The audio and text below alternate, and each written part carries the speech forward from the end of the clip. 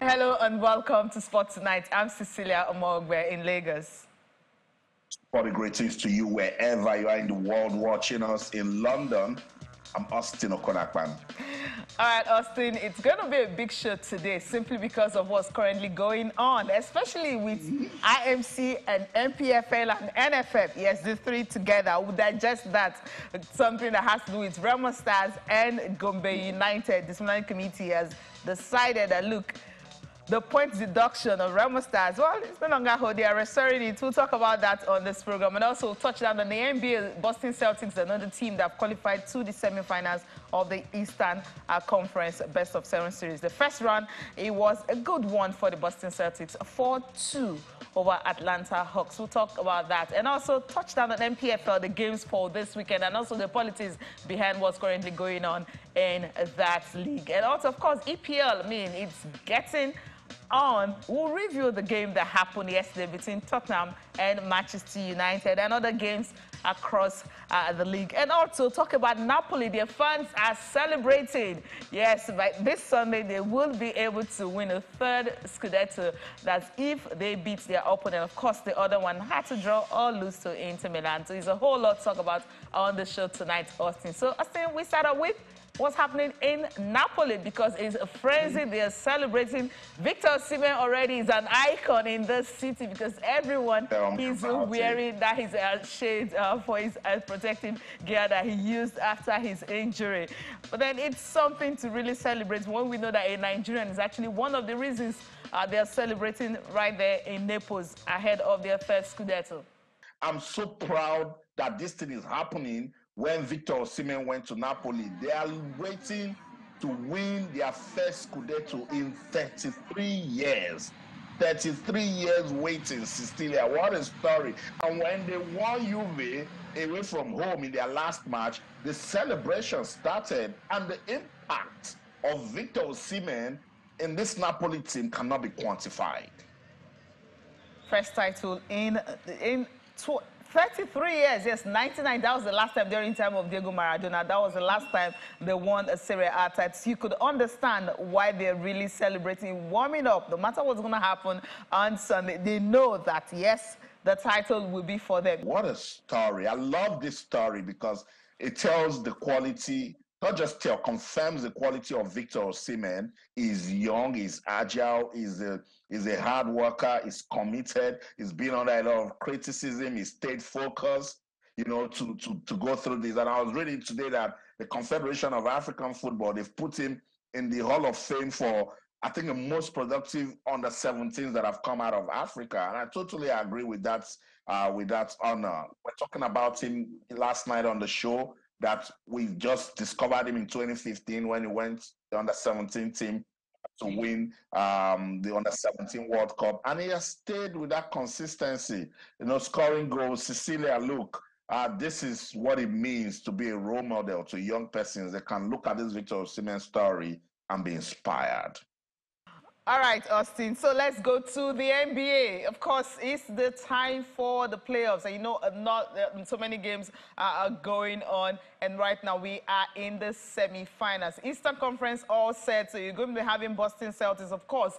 This 76ers, Philadelphia 76ers, they've been waiting since on Saturday, waiting for the Boston Celtics to conclude their own first round best of 7 series. And that happened early hours of this morning, where they were able to defeat the Atlanta Hawks. Trae Young, of course, helped them in Game 5, took it to Game 6. So we're thinking maybe they're going to force a Game 7 and they go to Boston to finish it at TD Gardens. But it just didn't happen because Jason Tatum got other ideas. And Al Horford, who happens to be, it was with Atlanta Hawks from 2007 to 2016. Now, this guy, had to give the big shot, the big threes, chipping 10 points, 12 rebounds, 2 steals, and 3 blocks. And, of course, that performance alone also helped the Boston Celtics to beat the Atlanta Hawks 4-2. And the game 6 actually ended 128 and 120. That's a good one. Fantastic for the Boston Celtics. That's another team that needs to show some consistency, and they're doing just that. Tells you the amount of work Emil Doka did with this team. Unfortunately, what happened. And now he will be going to the Houston Rockets. But the Celtics, showing that, look, in this Eastern Conference, we can hold our own. And they did just that, by pushing aside the Hawks, which is also a very decent team. 128 to 20 to 120, 8 points difference. But you could tell that they needed to, blow it out and then, stay focused in the series. Going to the semifinals now, probably they will need to re-strategize, play more as a team, take pressure off some of the key players, and then advance in the playoffs, Cecilia. Yeah, that's the thing, because they all already want to get in and get something out of it, because the team they're playing, Philadelphia 76ers, had a sweep over the Brooklyn Nets, and since on Saturday, they've been waiting for this game to be concluded. But then we thought it was going to end in Game 5, but because somehow they squandered 30 points lead in that Game 5, and then they just couldn't recover from that. But this time around, these guys were ready to literally die on the court for them to nick the ticket today. And of course, they were able to do that. Let's take a listen to Jason Tatum, of course, who had 32 points on the night. Jalen Brown had 32 points on the night. Jason Tatum had 30 points on the night. Marcus Smart also came out big, scoring 22 points on the night. I mean, all of them had to rally round for them to be able to get this particular victory against the Atlanta Hawks.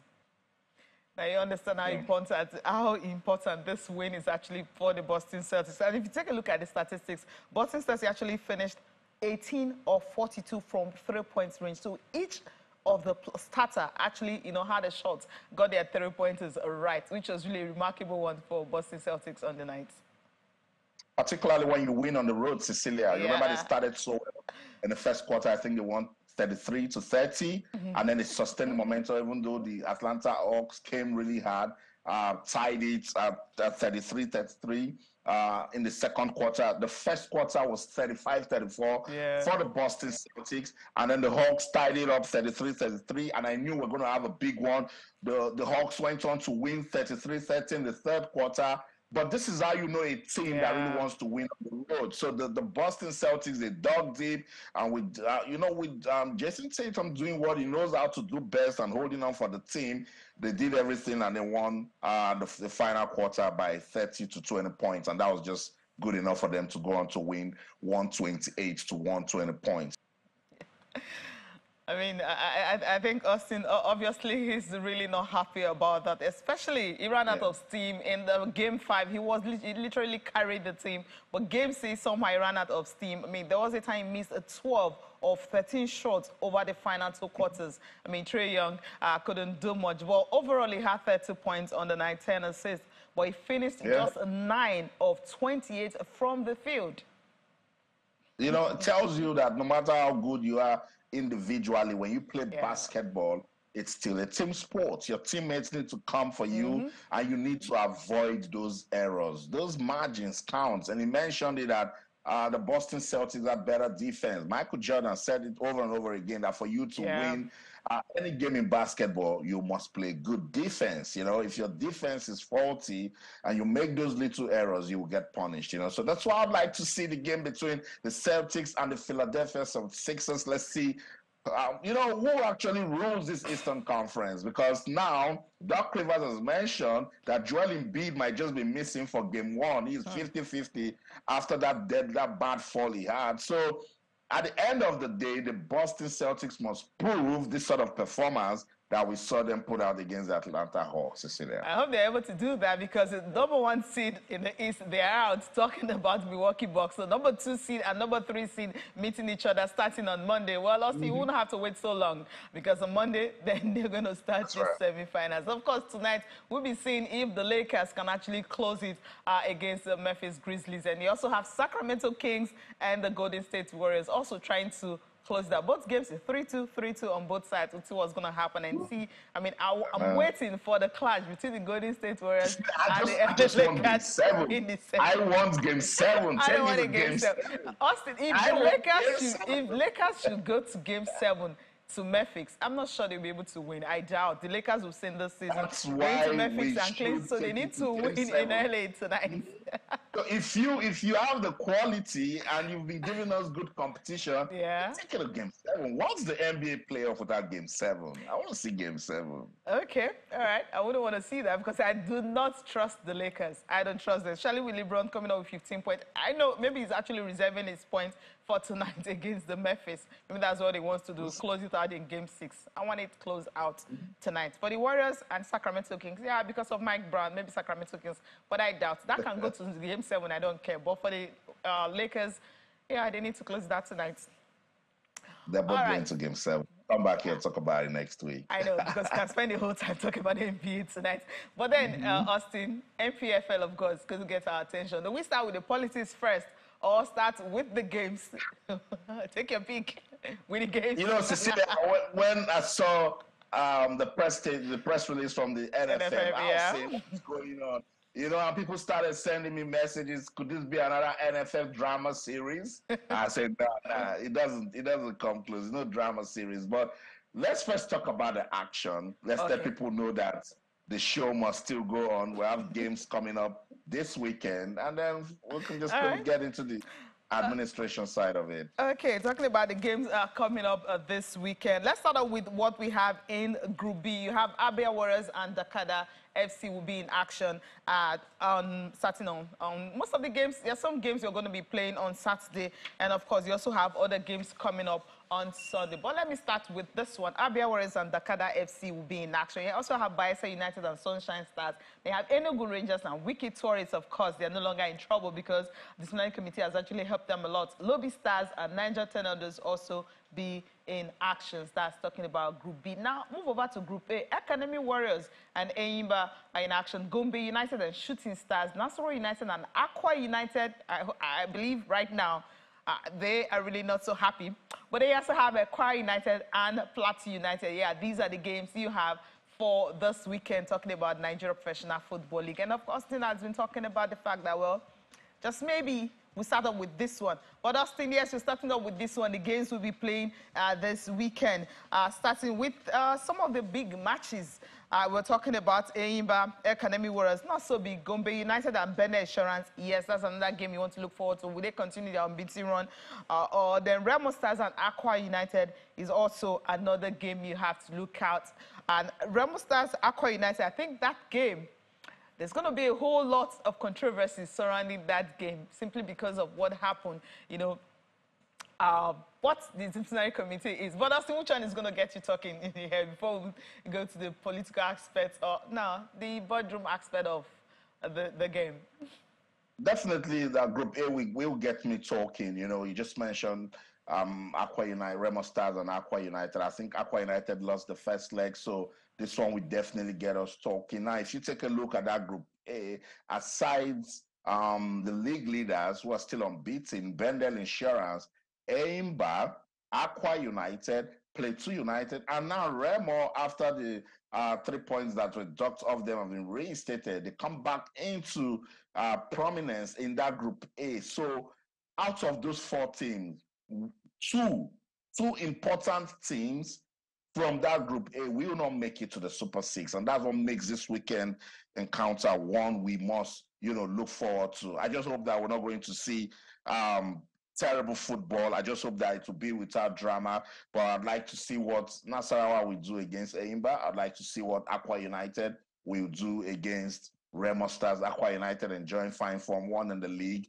went away to beat Wiki Tourist in the Federation Cup, you know. So the same thing with Remo Stars with this decision now from the NFF disciplinary committee. There's a new vibe around the team. Now they will believe again that they can, you know, give it a final push. I think we've got about 3 more matches to the end of this round, and then, you know, to advance.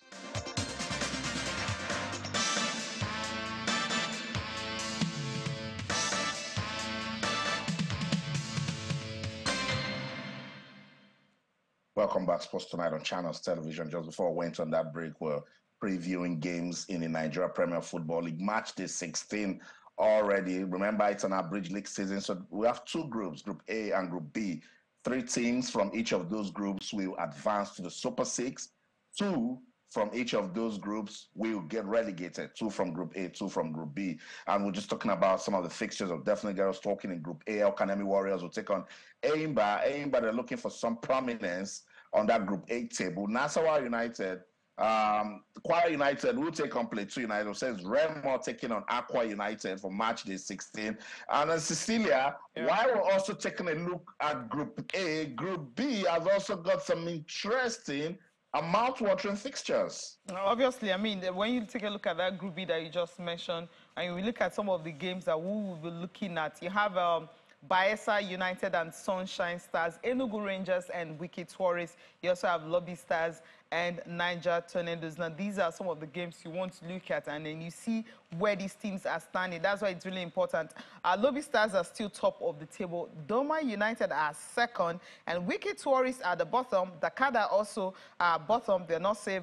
Bayelsa United also, and of course, Enugu Rangers will definitely want to see what they can get out of the game against Wiki Tourists, who are bottom. They need to win this one. No excuse for Enugu Rangers. That's the only way they can actually move on top. They may not make the Super 6, but from what it's looking like, they can still make that Super 6. That's if they win their last 3 games, which is, no, they can't, because 16th from 15 games, no, not looking good. Let's just leave it. It's just for them to stay on.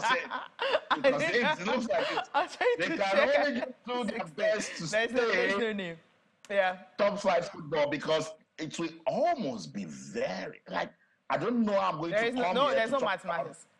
Rangers getting, you know, relegated from league football in Nigeria. That's very difficult. So for now, they just need to try to win their remaining 3 games to stay in the MPFL. But what a story in that Group B for Doma United. We can't stop talking about that team. You know, giants, killers, staying focused, newly promoted side, doing all the right things for football development. And that's why whenever the issues come and then override the action on the pitch, it's actually heartbreaking. But particularly what we saw today with the NFF disciplinary committee. And when we get into that, because people are beginning to look at the league, clubs are beginning to sit up there. If you mess up, the IMC will dock points off you, give you fines.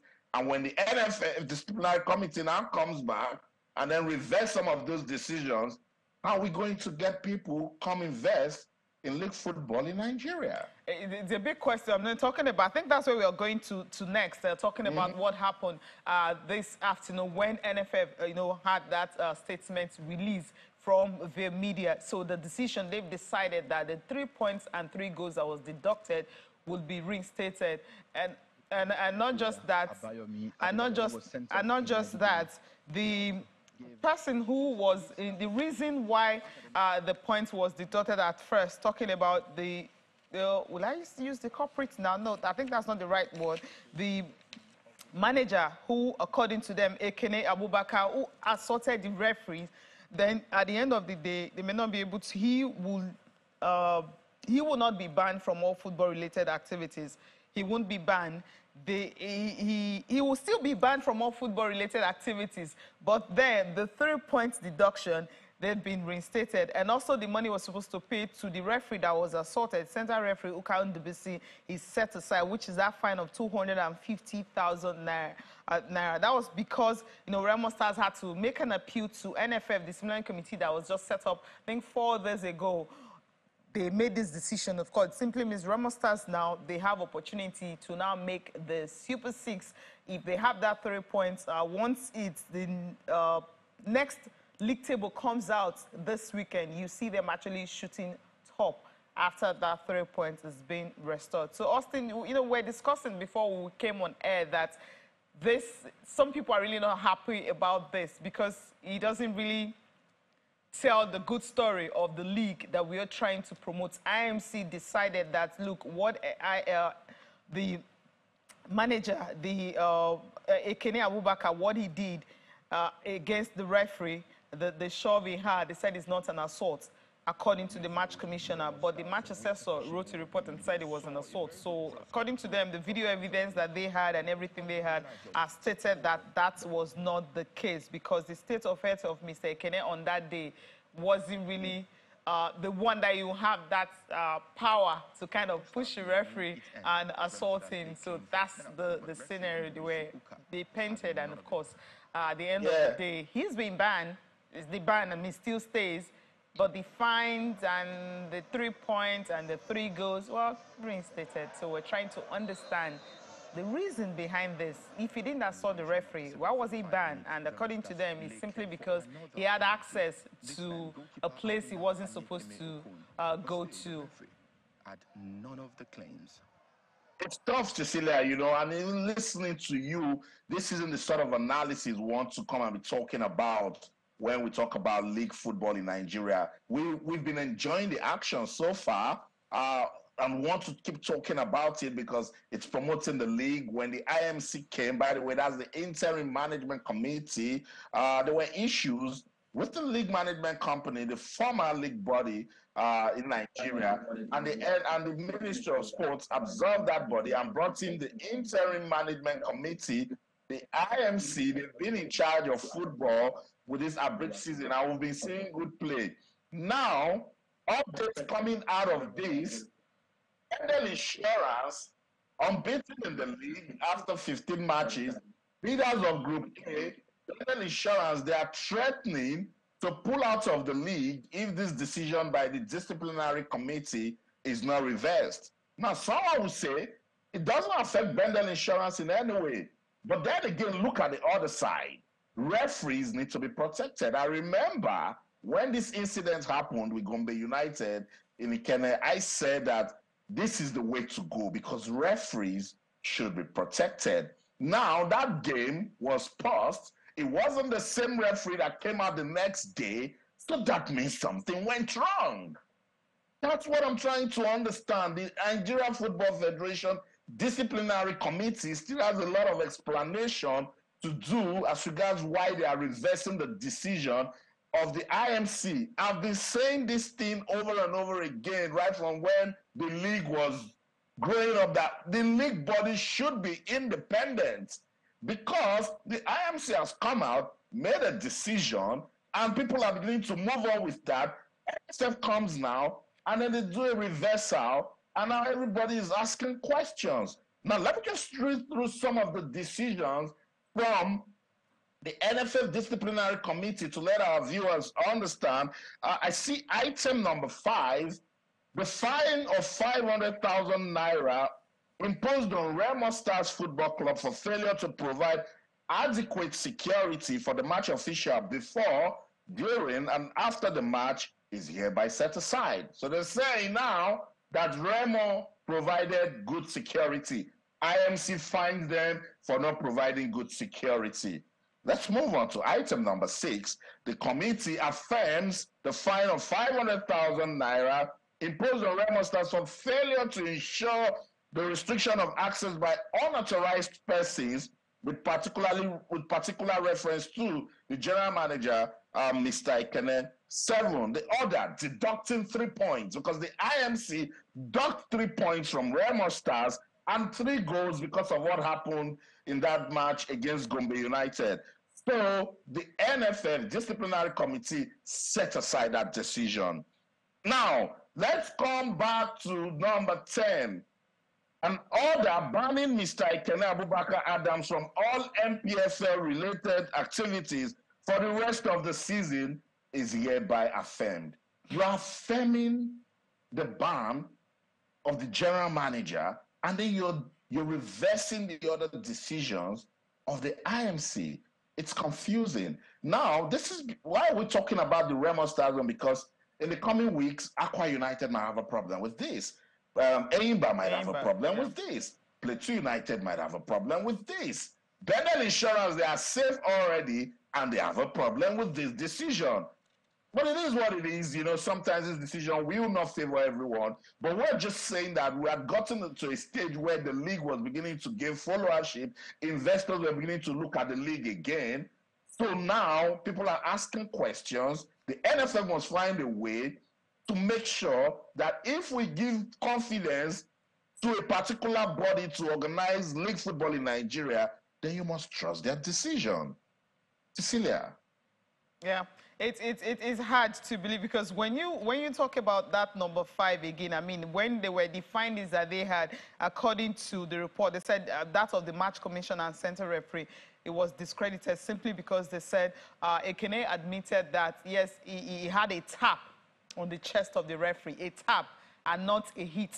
So that's what they were able to come up with. So since it's a tap and it's not a hit, so he will not pay the fine. That means the referee wasn't assaulted. But the reason why he was banned is the ban was affirmed is simply because, you know, he went to a place that he wasn't authorized to be. That's not going to see the referee. So that's where they are taking, and that's why this is it. And also, of course, according to them also, that the committee had to watch the video clip tendered by Raymond Stars, and they saw the center referee actually walking majestically, that's the terms they use, you know, out of the stadium, making calls to unknown persons. I'm quoting them right now verbatim, making calls to unknown persons while he was leaving the stadium. So they said the medical report he presented, he wasn't assaulted. So that's the reason, that it's just a tap on him. Now, the question I'm going to ask is, does he even have the right to touch the referee at all? That begs for question. Maybe it's that touch, that's the reason he was actually banned. I mean, a tap, a hit, what's the difference? No assault. And if proper security was in place, according to this decision by the NFF, then the GM shouldn't have any access to where that referee is during that game, because you need to protect the referee. So if security was available, how did Mr. Ekene Adams find his way to go and even be talking to the referee? It's so wrong. These are the things we're talking about. Disciplinary committee, we're not saying don't review the decisions of the IMC, but if you bring things contrary to the findings of the IMC, then you must justify it, because their fact is already out there and people have verified their facts. Why didn't the same referee conclude the match that he started officiating a day before, if everything was fine? So we have to leave it at that. There's so many questions to ask, but if we continue, we will not leave the show. Let's just quickly touch down on what happened yesterday concerning Manchester United and, of course, Tottenham Hotspur and Austin. You know, when we were leaving the show, it was 2-2, and you felt, okay, just maybe United may want to come back and win this, but somehow it just didn't happen. They scored 2 first, and then they ended up conceding goals, and that's the reason Manchester United right now not really looking good. That top 4 position is still shaky. Well, top 4 is really not looking pretty, because Aston Villa breathing down their neck. Yeah, you know, Cecilia, when people criticize coaches, sometimes I just wonder, do you think the coach is stupid? People have criticized the substitutions he made. Why did he bring on Malacia? Why did he bring on Verge? They are professional footballers. They play for Manchester United. It's a different thing if they come in and they don't do what the coach wants them to do. But when people criticize Erik ten Hag that he didn't know what he was doing by bringing Tottenham are in a very difficult place. They also need all the wins that they can get. Yes, on a good day, Manchester United plays so well, they're not supposed to draw that game 2-2. But Tottenham also needs to heal. They've been hurting, particularly from everything that happened with Conte. They need to prove a point. They're also trying to get a place in Europe. So you're not going to come to White Hart Lane, bust the game for 90 minutes, and Tottenham will just fold their hands and be looking. So when Manchester United fans are crying over that 2-2, and I'm saying that, look, you're taking a point out of London to go prepare for your next match, it's not a loss. But they just feel that because Tottenham had a bad first half, that Manchester United should go on to win. Malacia came on. You don't know why the coach made that substitution. Players pick knocks sometimes. The mental health is also part of this thing. We've always been talking about it. A player can tell the coach, substitute me. What do you want the coach to do? So when Manchester United fans came for Erik ten Hag, I'm just wondering, like, what's going on? Like, Tottenham just wants to lose that one?